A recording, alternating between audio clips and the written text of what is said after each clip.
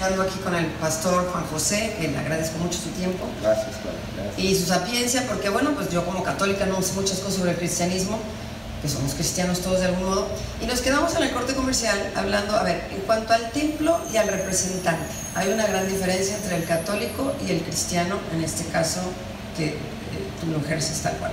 A ver, platícanos un poco. Además, ustedes se pueden casar, tener hijos, cuéntame algo de esto. Así es.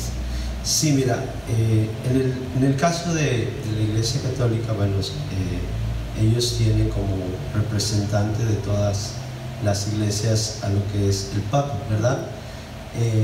Nosotros como Iglesia Evangélica no lo tenemos como tal, porque... ¿Cómo lo ven ustedes, perdón, al Papa? Nosotros es nuestro máximo representante, digamos, de la Iglesia. ¿Ustedes cómo lo ven? ¿También como una entidad de respeto? Sí, es una entidad de respeto, claro que sí, ¿verdad? Porque es un líder de alguna otra manera, claro, de influencia, no solamente para la Iglesia Católica, sino para el mundo entero. Es un líder. Pero nosotros como cristianos evangélicos, ¿verdad? Cuando Pedro tuvo la revelación de quién era Jesucristo, ahí habla, ¿verdad? Jesucristo le dice a Pedro, Pedro, esto no te lo reveló carne ni sangre, sino mi Padre que está en los cielos. Y cuando Jesucristo dice, sobre esta roca edificaré mi iglesia, y las puertas del infierno, los poderes del infierno no van a prevalecer sobre ella, Jesús estaba hablando sobre la declaración que Pedro tuvo al decir quién era Jesucristo. Pedro dijo, tú eres el Hijo del Dios viviente. Y Jesús dijo, sobre esa roca, sobre esa declaración que tú has dado en este momento, yo voy a edificar mi iglesia. Ahora, la palabra nos dice que Jesucristo es la roca de la salvación. Entonces, no estaba diciéndole a Pedro en sí que él iba a ser el primer papa, sino que estaba diciendo que sobre la revelación que Pedro tuvo, Jesucristo iba a edificar su iglesia. Entonces, ¿sobre qué está edificada la iglesia de Jesucristo? Sobre Él mismo, que es la roca. Entonces, para nosotros, nuestro más grande ejemplo a seguir es Él, Jesucristo, ¿verdad? Entonces, como cristianos, sí hay esa diferencia. En cuanto al celibato, ¿qué me podría decir, pastor? En cuanto al celibato, bíblicamente, ¿verdad? La palabra de Dios nos enseña que nosotros como siervos de Dios o como pastores o ministros sí podemos casarnos, ¿verdad? Es algo que lo vemos en la palabra de Dios, no es algo que Dios ha prohibido en sí. Esto ya es algo más de la Iglesia Católica, como un dogma, algo que ellos mismos han establecido, ¿verdad? Como una ley o un principio para ellos. Pero bíblicamente nosotros como pastores podemos casarnos, podemos tener una familia, nuestro matrimonio, nuestros hijos, y qué mejor de esta manera. Yo lo veo así porque en sí la médula espinal de la sociedad es la familia. Entonces nosotros como pastores podemos entender los problemas que hay en un matrimonio, en una familia con los hijos, y en base a nuestra experiencia también que tenemos con nuestra familia, poder dar un consejo de cómo, no solamente a través de nuestra experiencia con nuestras familias, sino también a través de la Biblia, la palabra de Dios. Entonces, Dios no prohíbe en sí que un siervo de Dios, un ministro de Dios pueda casarse, ¿verdad? Vemos el ejemplo del apóstol Pablo. Él sí se mantuvo en ese margen, pero vemos que la palabra no lo prohíbe como tal. ¿Y qué opinan acerca, esta es una pregunta que tengo que hacer, sobre la homosexualidad, por ejemplo? Nosotros creemos que Dios ama a todas las personas por igual. Él no hace acepción de personas, ¿verdad? Pero también como iglesia cristiana, nosotros a través de la palabra de Dios podemos darnos cuenta que en el principio, dice la palabra en Génesis, que Dios creó al hombre y a la mujer, ¿verdad?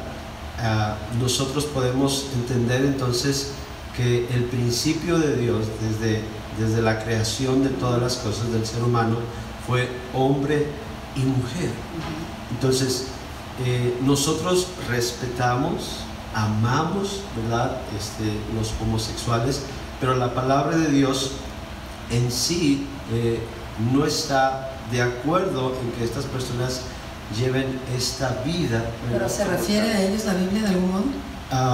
Sí habla de homosexuales, sí hay pasajes, hay versículos que habla, y en algunos casos son fuertes, porque dice que los homosexuales y afeminados no entrarán en el reino.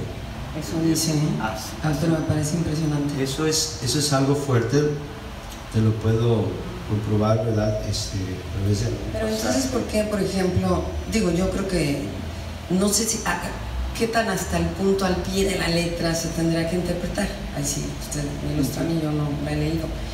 Porque pues también las cosas van cambiando, ¿no? Incluso el mismo Papa, con todo el dogma de los católicos y tal, pues ha dicho, todos son bienvenidos, todos son hijos de Dios, ¿no? Sí, todos son bienvenidos. Aquí nosotros, al menos como Iglesia Cristiana, Centro Cristiano Vida Internacional, todos son bienvenidos. De hecho, como testimonio, tenemos personas que Dios, ¿verdad?, ha ayudado para poderse encaminar a lo que Dios quiere o a lo que Dios ha establecido a través de la palabra de Dios. Tenemos personas que Dios ha ayudado a salir adelante del homosexualismo, de la prostitución, ¿verdad? Tenemos personas, incluso hay un pastor que está trabajando con nosotros, un pastor asociado, que Dios lo sacó de ahí. Y él da testimonio de la vida que él llevaba al vivir como un homosexual. No era nada agradable. Él podía expresar el vacío que había en su corazón, y el único vacío que puede llenar, ese vacío en el corazón del ser humano es Dios, es Jesús. No, desde esa óptica sí la comparto. La que no estoy totalmente de acuerdo con ustedes, se lo digo respetuosamente, es en el tema de que se quite. Yo no creo que la homosexualidad es una enfermedad. Sí creo que puede quitar vicios, definitivamente acercarte a una vida más sana, más encaminada. No creo en tu preferencia sexual, francamente, ¿no? Pero sí creo que todos de alguna manera somos hijos de Dios. A mí me encanta escuchar todas las posiciones, porque además todas son bienvenidas. Quisiera preguntarle en torno a la Navidad, porque a ver, uno empieza a escuchar la Navidad y los focos y esta cosa tan bellísima que todos ponemos, y ver a los niños, una Navidad con niños y una Navidad sin niños es totalmente abismal la diferencia, ¿no? Son la alegría, pero no son los regalos, pastor, no son las luces. Es un momento, yo creo, de contrición, seas pues cristiano de algún modo, porque los judíos tienen otras fechas. ¿Y qué nos dirían en relación a esto? ¿Cuál es el verdadero significado de la Navidad? Bueno, el verdadero significado de la Navidad en sí es Jesucristo. Él es el verdadero significado de estas fechas, más que una bonita cena, más que regalos, ¿verdad? Él es el verdadero significado, porque Él vino a este mundo con un propósito, y ese propósito es para que nosotros pudiésemos encontrar en Él salvación y vida eterna, porque Jesús vino a dar su vida en la cruz, y si Él no haya nacido, pues prácticamente no habría Navidad, ¿verdad? Y todo pues es gracias a Jesús. Él es el verdadero significado. El verdadero significado de la Navidad es amor. Exacto.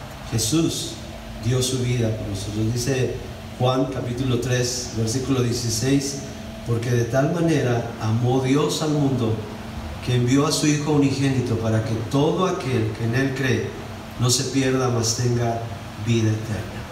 Entonces ese es el verdadero significado de la Navidad, que podamos, más que tener una religión o ser parte de una religión, tener una relación, porque Dios no quiere que tengamos una religión. ¿Cuántas religiones hay alrededor del mundo? Muchísimas. Y tú te preguntas, ¿cuál es la religión verdadera? ¿Cuál es la religión? Hay personas que dicen que todos los caminos conducen a Dios, pero la palabra dice que solamente Jesús es el camino, la verdad y la vida. Nadie llega al Padre si no es a través de Jesús. Entonces, más que una religión, es tener una relación personal con Él, conocerlo personalmente, tener una relación y conocer también lo que la Biblia nos enseña. Vamos a ir a un cortecito, estamos casi por terminar esta entrevista, pero todavía tengo cosas más que comentar con usted. Gracias. Gracias.